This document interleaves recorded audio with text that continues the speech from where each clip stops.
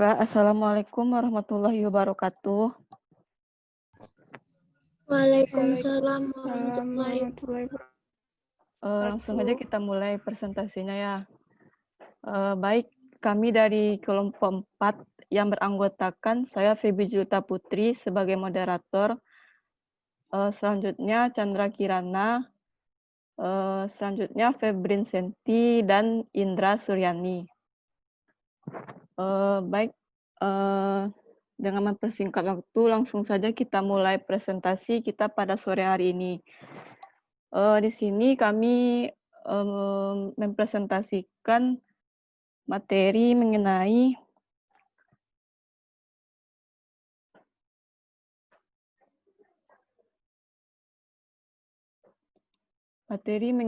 konsep kebudayaan dan unsur-unsur kebudayaan. Sebentar, sedikit.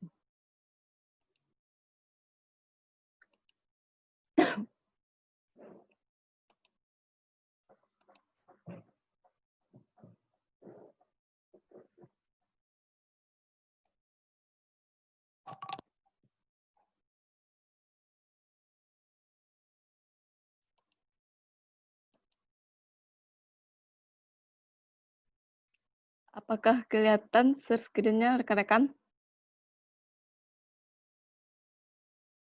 kelihatan Feby. Oke. Baik, materi pertama akan dibacakan oleh Chandra Kirana.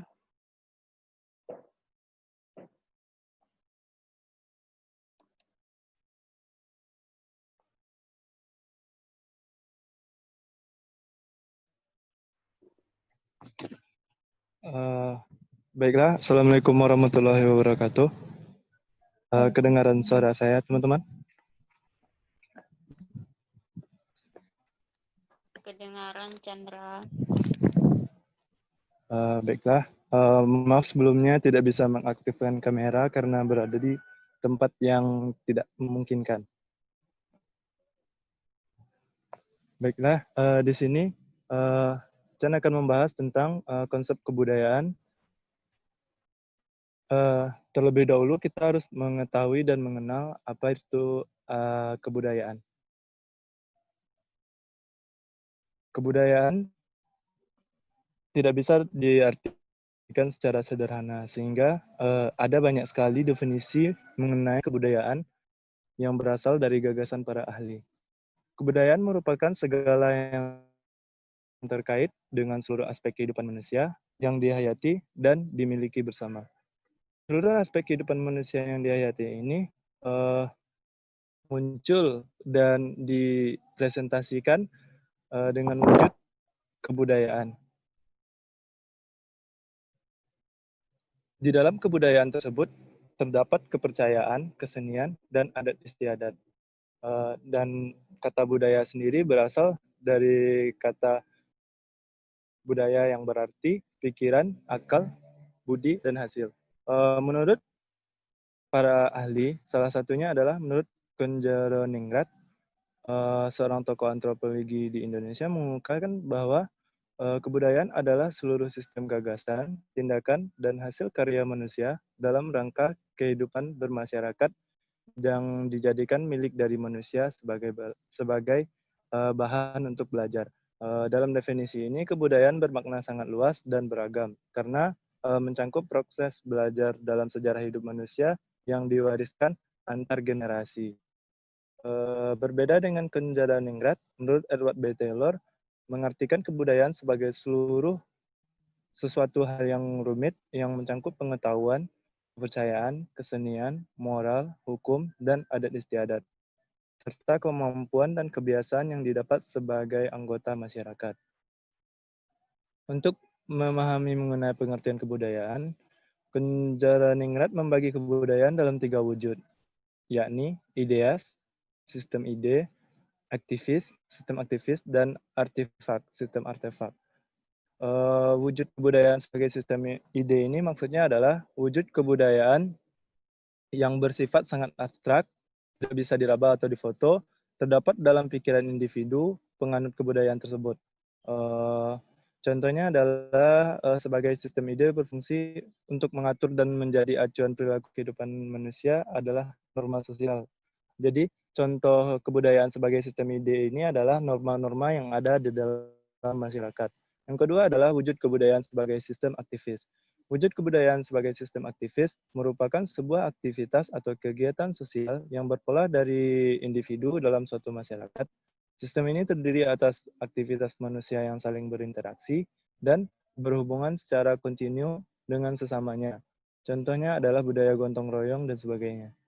Yang ketiga adalah wujud kebudayaan sebagai sistem artefak. Wujud kebudayaan ini berupa kebudayaan fisik yang merupakan hasil-hasil kebudayaan manusia berupa tataran sistem ide atau pemikiran atau aktivitas manusia yang berpola. Misalnya adalah peninggalan-peninggalan sejarah dan kesenian-kesenian. Baiklah, saya kembalikan kepada Dr.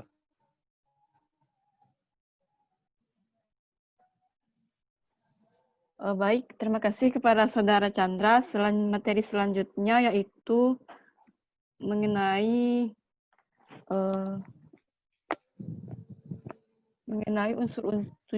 unsur-unsur kebudayaan yang akan dipresentasikan oleh Saudari Febrin Senti. Pada Saudari Febrin disilahkan.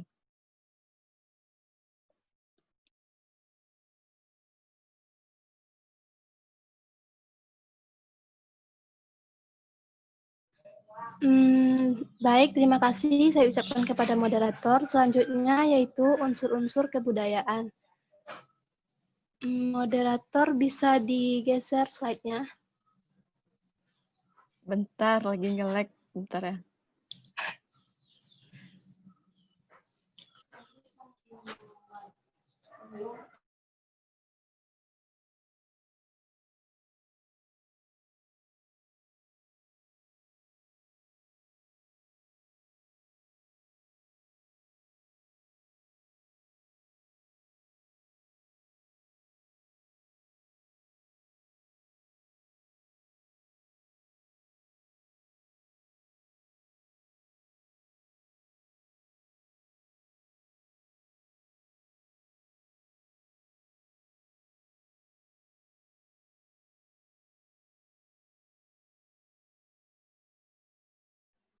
Silakan kepada Saudari Febrin dilanjutkan. Baik, terima kasih kepada moderator. Dalam kebudayaan, unsur-unsurnya terbagi atas 7. Yang pertama yaitu bahasa. Bahasa merupakan sarana bagi manusia untuk memenuhi kebutuhan sosialnya untuk berinteraksi atau berhubungan dengan sesamanya. Menurut Casing, kemampuan manusia dalam membangun tradisi budaya menciptakan pemahaman tentang fenomena sosial yang diungkapkan secara simbolik dan mewariskannya kepada generasi penerusnya sangat bergantung pada bahasa. Dengan begitu, bahasa menduduki porsi yang sangat penting dalam analisa kebudayaan manusia.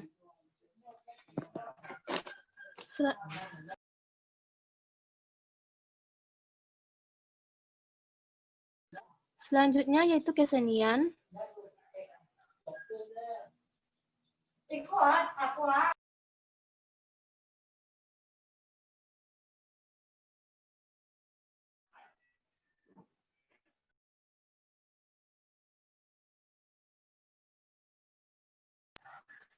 Kesenian berkaitan erat dengan rasa keindahan atau estetika yang dimiliki oleh setiap manusia dan masyarakat. Rasa keindahan inilah yang melahirkan berbagai bentuk seni yang berbeda-beda antara kebudayaan yang satu dan kebudayaan yang lainnya. Selanjutnya yaitu religi. Dalam memahami unsur religi sebagai kebudayaan, manusia tidak dapat dipisahkan dari religious emotion atau emosi keagamaan. Emosi keagamaan adalah perasaan dalam diri manusia yang mendorongnya melakukan tindakan-tindakan yang bersifat religius. Emosi keagamaan ini pula yang memunculkan konsepsi benda-benda yang dianggap sakral dan profan dalam kehidupan manusia. Yang selanjutnya nomor 4 yaitu sistem teknologi atau peralatan hidup. Perhatian awal dalam memahami kebudayaan manusia berdasarkan unsur teknologi yang dipakai suatu masyarakat berupa benda-benda yang dijadikan sebagai peralatan hidup dengan bentuk dan teknologi yang masih sederhana. Menurut Kunjaningrat, pada manusia tradisional terdapat 8 macam sistem peralatan dan unsur kebudayaan fisik yang digunakan oleh kelompok manusia yang hidup berpindah-pindah atau masyarakat pertanian, yaitu alat produktif, senjata, tempat berlindung, perumahan, serta alat-alat transportasi. Sekian saya kembalikan kepada moderator. Terima kasih kepada Saudari Febrin. Materi selanjutnya, poin nomor 5 masih terkait tentang unsur-unsur kebudayaan. Akan saya lanjutkan sendiri. Yang kelima yaitu sistem sosial atau kekerabatan. Unsur budaya berupa sistem kekerabatan dan organisasi sosial merupakan usaha untuk memahami bagaimana manusia membentuk masyarakat melalui berbagai kelompok sosial. Menurut Kunjaningrat, tiap kelompok masyarakat kehidupannya diatur oleh adat istiadat dan aturan-aturan mengenai berbagai macam kesatuan di dalam lingkungan di mana dia hidup dan bergaul dari hari ke hari. Kesatuan sosial yang paling dekat dan dasar adalah kerabatnya, yaitu keluarga inti yang dekat dan kerabat-kerabat yang lainnya. Unsur kebudayaan yang keenam yaitu sistem pengetahuan. Kajian mengenai sistem pengetahuan dalam kebudayaan adalah bagaimana pengetahuan manusia digunakan untuk mempertahankan hidupnya. Misalnya, masyarakat biasanya memiliki pengetahuan akan astronomi tradisional, yakni perhitungan hari berdasarkan atas bulan atau benda-benda langit yang dianggap memberikan tanda-tanda bagi kehidupan manusia. Menurut Kunjaningrat, setiap suku bangsa di dunia memiliki pengetahuan mengenai seperti alam sekitarnya, tumbuhan-tumbuhan, serta binatang yang hidup di daerah tempat tinggalnya. Unsur kebudayaan yang terakhir, nomor 7, yaitu sistem mata pencaharian. Sistem mata pencaharian mengkaji bagaimana cara mata pencaharian penduduk atau masyarakat atau sistem perekonomian mereka untuk mencukupi kebutuhan hidup mereka. Contohnya, pada masyarakat tradisional yaitu sistem mata pencahariannya seperti berburu dan meramu, beternak, maupun bercocok tanam di ladang. Namun, pada saat ini pekerjaan sebagai karyawan kantor menjadi sumber penghasilan utama dalam mencari nafkah. Setelah berkembangnya sistem industri, seseorang mengandalkan pendidikan dan keterampilan yang mereka miliki dalam mencari pekerjaan. Baik, materi selanjutnya mengenai kebudayaan sebagai identitas masyarakat Indonesia akan dilanjutkan oleh Saudari Indra Suryani. Kepada Saudari Indra Suryani, disilahkan. Baiklah, saya akan menjelaskan materi tentang kebudayaan sebagai identitas masyarakat Indonesia. Kebudayaan merupakan suatu unsur penting pembentuk identitas suatu bangsa. Dalam sebuah negara, identitas dari masyarakat atau warga negaranya dapat dilihat dari kebudayaan yang dimilikinya. Di Indonesia terdapat banyak kebudayaan, baik dari aspek bahasa, seni, religi, dan sebagainya. Masing-masing memiliki perbedaan tersendiri yang berawal dari seluruh wilayah Indonesia, serta seluruh etnis dan ras yang berbeda yang masuk ke Indonesia. Sekian, saya kembalikan ke moderator.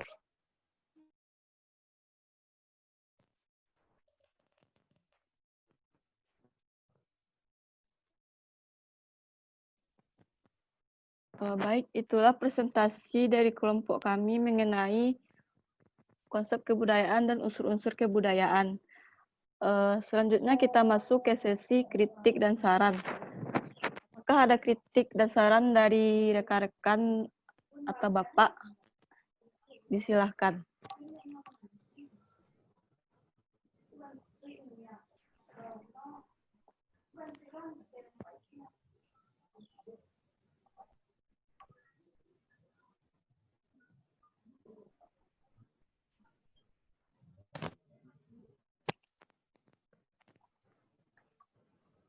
Sekali lagi, apakah ada kritik dan saran untuk kelompok kami?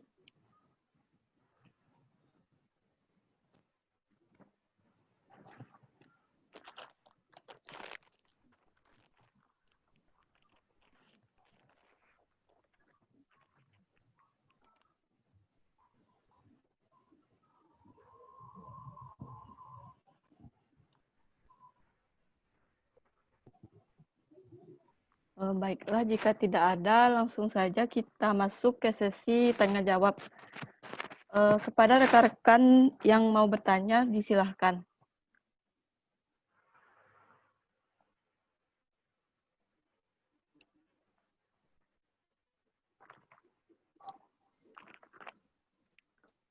Tanya, Kak. Ya, silahkan yang mau bertanya. Sebutkan nama dan NIM.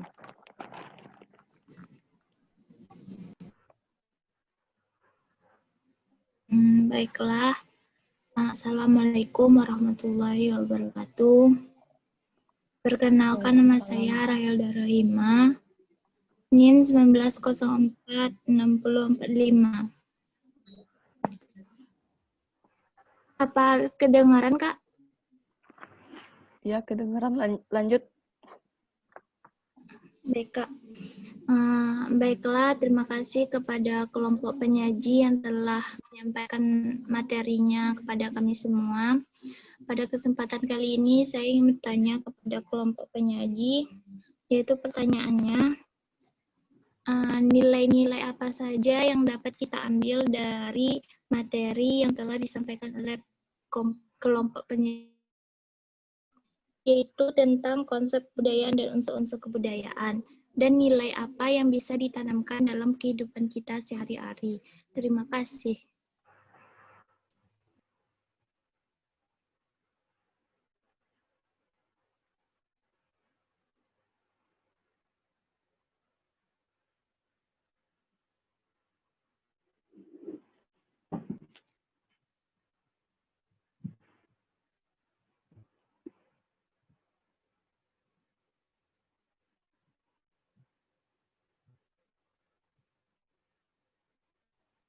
Baik, terima kasih kepada Saudari Rahilda Rahima atas pertanyaannya. Jika ada pertanyaan selanjutnya, disilahkan.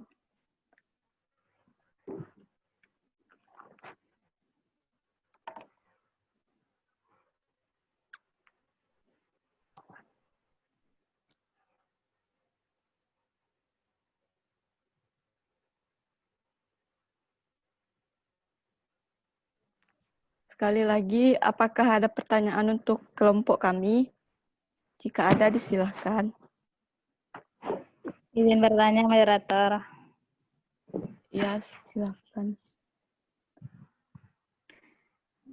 Baiklah, perkenalkan nama saya Mutiah dengan NIM 18329020. Yang saya tanyakan di sini, coba penyaji jelaskan peran pentingnya keberagaman suku bangsa dalam pembangunan nasional. Bisa diterima? Bisa diulangi pertanyaannya? Coba penyaji jelaskan bagaimana peran penting keberagaman suku bangsa dalam pembangunan nasional.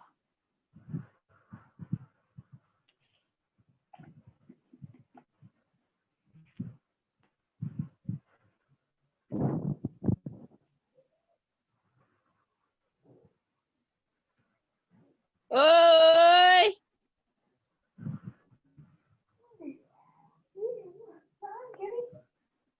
Terima kasih kepada Saudari Mutiah atas pertanyaannya.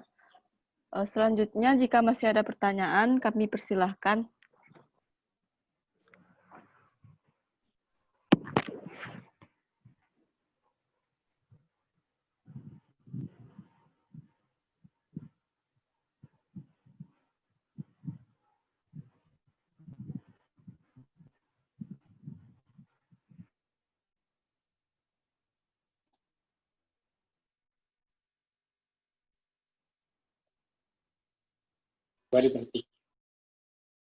Dan jika tidak ada yang bertanya atau memberikan masukan, demi menghemat waktu dipercepat. Silakan lanjutkan lagi supaya efektif waktunya. Baik, Pak. Jadi pertanyaannya saya rangkap menjadi dua, yaitu dari Rahilda Rahimah.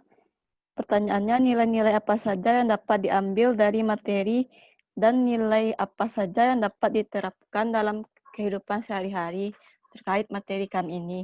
Selanjutnya dari Mutiah, pertanyaannya, peran penting keberagaman suku bangsa terhadap pembangunan nasional. Dari kelompok 4, apakah ada jawaban untuk rekan-rekan kita yang bertanya?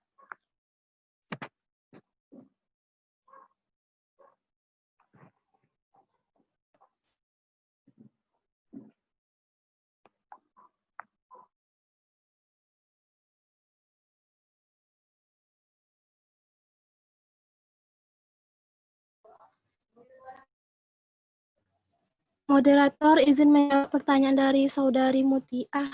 Moderator. Baik, pertanyaan dari Saudari Mutiah akan dijawab oleh Saudari Febrin Senti. Kepada Febrin, disilahkan. Baiklah. Pertanyaan dari Saudari Mutiah. Baiklah, saya akan mencoba menjawab pertanyaan dari Saudari Mutiah. Yang pertanyaannya, apa peran dari keberagaman suku bangsa terhadap pembangunan nasional? Nah, setiap suku bangsa kan memiliki kemampuan yang berbeda-beda. Contohnya saja, seperti Pulau Jawa yang rata-rata pandai dalam bidang pertanian. Suku bangsa di daerah kepulauan pandai dalam bidang pelayaran. Keragaman suku bangsa akan menyebabkan keragaman budaya, teknologi, bahasa, dan sebagainya yang akan berperan dalam pembangunan bangsa Indonesia. Sekian, saya kembalikan kepada moderator. Terima kasih kepada Saudari Febrin. Dari tim penyaji, apakah ada tambahan jawaban dari pertanyaan Mutiah? Izin moderator, saya ingin menambahkan jawaban dari pertanyaan nomor 2. Baik, silahkan dijawab. Baiklah, tambahan jawabannya. Bagaimana peran penting keragaman suku bangsa dalam pembangunan nasional? Keragaman suku bangsa menghasilkan potensi individu masyarakat di Indonesia yang berbeda-beda, sehingga jika potensi ini dihimpun dan dikembangkan, maka akan mampu menjadi modal besar untuk pembangunan. Selain itu, keragaman suku menghasilkan akulturasi budaya yang dapat menarik perhatian wisatawan luar maupun dalam negeri, sehingga dapat menghasilkan pemasukan di bidang ekonomi. Sekian, saya kembalikan kepada moderator.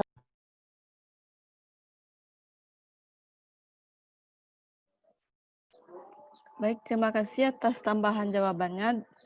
Dari rekan-rekan, apakah ada tambahan jawaban dari pertanyaan Mutiah? Atau dari audiens ada tambahan?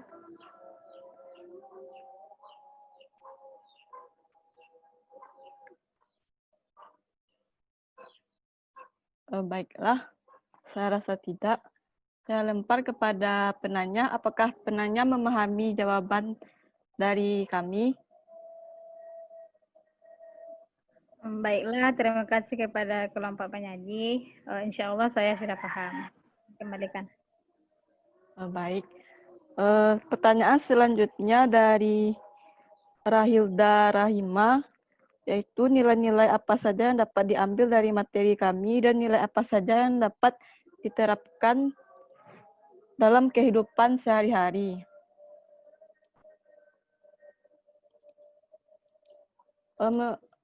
Pertanyaan dari Rahilda ini akan saya coba jawab sendiri.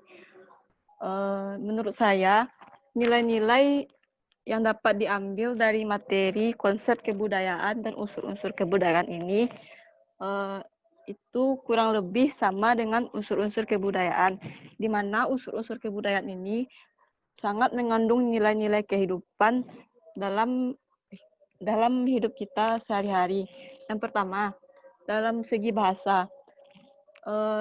Bahasa itu menduduki porsi yang sangat penting dalam kebudayaan manusia, di mana saat berkomunikasi tentu kita menggunakan bahasa.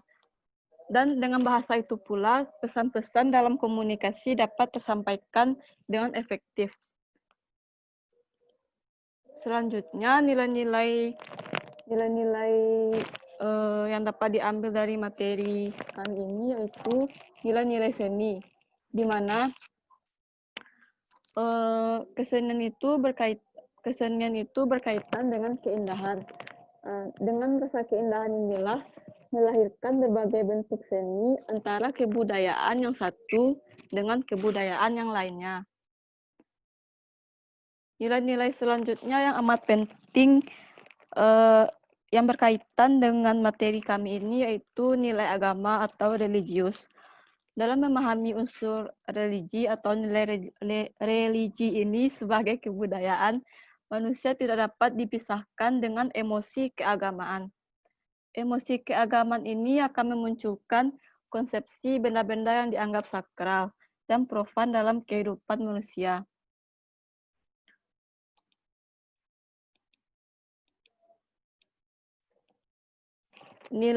Selanjutnya nilai-nilai yang dapat diambil dari materi kami ini, dan menurut saya ini adalah nilai yang amat penting, di mana nilai itu adalah sistem pengetahuan.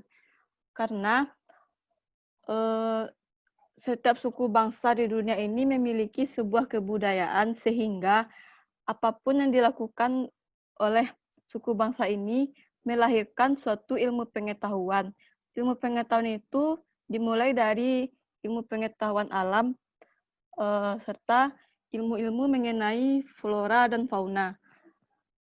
Nilai yang amat penting selanjutnya itu nilai sistem mata pencaharian, di mana setiap kebiasaan atau kebudayaan bagi masyarakat itu dapat mereka gunakan untuk sumber mata pencaharian mereka, sehingga mereka dapat menghasilkan sesuatu yang dapat mencukupi kebutuhan hidup mereka, seperti berburu, beternak, dan bercocok tanam. Sekian jawaban dari saya. Apakah ada tambahan jawaban dari tim penyaji?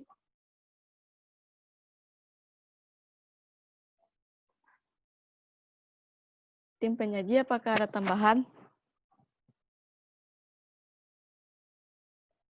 Baiklah, saya rasa tidak. Dari audiens, apakah ada tambahan dari pertanyaan Rahilda?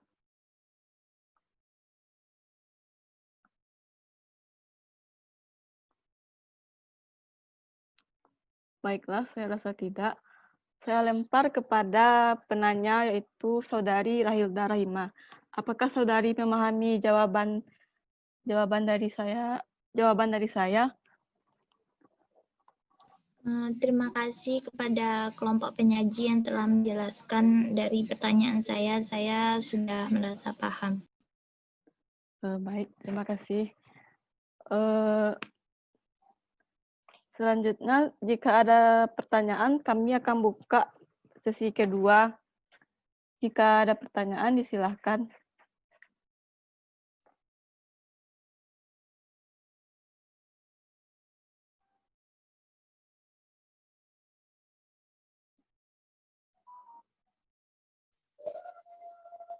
Untuk sesi pertanyaannya, ya Pak. 2 orang saja. Baik Pak. Ya, silakan 2 orang saja. Silakan.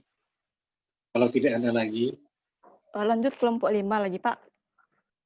Ya, silakan. Baik.